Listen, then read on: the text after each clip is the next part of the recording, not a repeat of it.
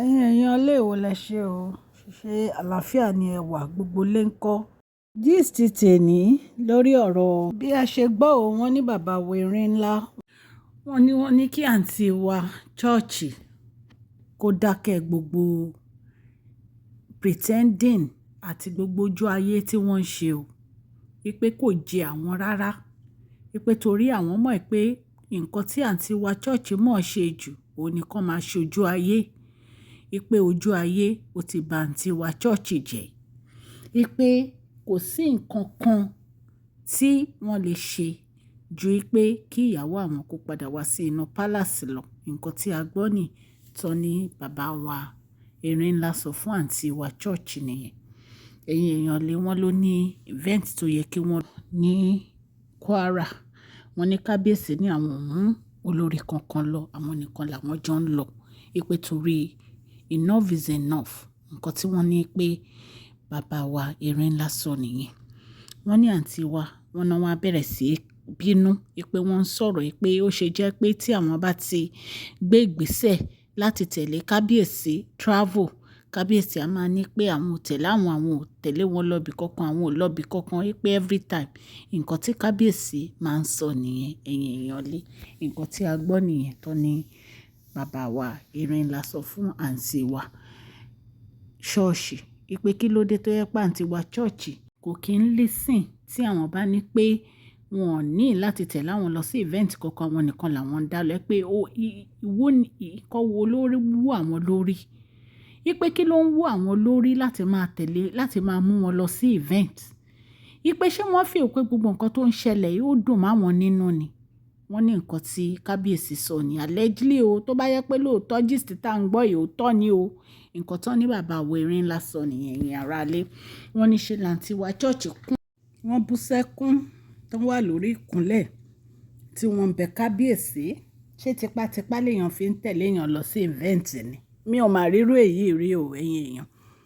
Bẹ́ẹ̀ náà làǹtí wa ló gba Parí Davido lọ tó lọ dúró síbẹ̀ tó lóun fẹ́ rí kábíyèsí. Kí ló dé? Why tẹ́ máa disgrace the kábíyèsí báyìí? Ẹ̀yin èèyàn lé rí pé ìtú lágbára. Wọ́n ní kábíyèsí ní gbogbo pretending ẹ̀, ojú ayé tó ń ṣe gbogbo ẹ̀ làwọn mọ̀ o. Wípé so kó má bá wọn sọ̀rọ̀ rádaràda. Nǹkan tó ní bàbá wẹ̀rín ńlá sọ ni. Ẹ jẹ́ kí n kí ẹ̀yin olólùfẹ́ mi ní ilé lóko àti lẹ́yìn òde wípé ẹ káàbọ̀ sí Mashola Gist TV. Mashola Gist TV ń kí yín. Mashola Gist TV ń kí yín. Adúpẹ́, adúpẹ́, atọ́pẹ́dá. Mashola Gist TV ń kí yín. Mashola Gist TV ń kí yín o. Ó ní ẹ ṣé o lọ́wọ́ ọkùnrin, lọ́wọ́ obìnrin, lọ́wọ́ ọmọdé, lọ́wọ́ àgbà. Lórí gbogbo bẹ́ẹ̀ ṣe ń comment, tẹ́ ń like, tẹ́ ń share. Adúpẹ́, adúpẹ́ ní ọwọ́ gbogbo yín. Mashola Gist TV ń kí yín. Ẹ̀yin olólùfẹ́ wa ẹ káàbọ̀ sí Mashola Gist TV. Ṣé àlàáfíà ni ẹwà gbogbo lé ń kọ́? Orúkọ mi ni Mashola kò yí padà. A máa ń sọ̀rọ̀ nípa celebrity gist, royal gist, politics àti gbogbo nǹkan tó ń ṣẹlẹ̀ ní agbègbè orílẹ̀-èdè bàbá wa ní ilẹ̀ Nàìjíríà. A ń sọ̀rọ̀ nípa celebrity gist, royal gist, politics àti gbogbo nǹkan tó ń ṣẹlẹ̀ ní orílẹ̀-èdè wa. Ẹ̀yin èèyàn lé tẹ́ bá ti subscribe, ẹ tẹ notification bell kẹ́ ẹ subscribe so that a bá ti post any gist ẹ máa rí. A ń sọ Yorùbá lórí channel yìí nítorí pé a fẹ́ gbàgbé àṣà àti èdè wa. Ẹ̀yin èèyàn lé à ń ṣe advert lọ́lọ́kùn òjọ̀kan lórí channel yìí, ẹ kàn sí wa ní Mashola Gist TV. Ọlọ́run Elédùmarè á bá mi gọ́wọ́ yín sókè o. Ọlọ́run Elédùmarè á bá mi ran gbogbo yín lọ́wọ́ o. Òkè òkè ni ọlá yín á máa lọ o. Ọlá yín ò ní lọ ìsàlẹ̀ láíláí. Ẹ̀yin èèyàn lé, wọ́n ní bí àǹtí wa bí ó ṣe bẹ̀rẹ̀ sí bẹ kábíyèsí nìyẹn. Pé kí kábíyèsí jọ̀ọ́.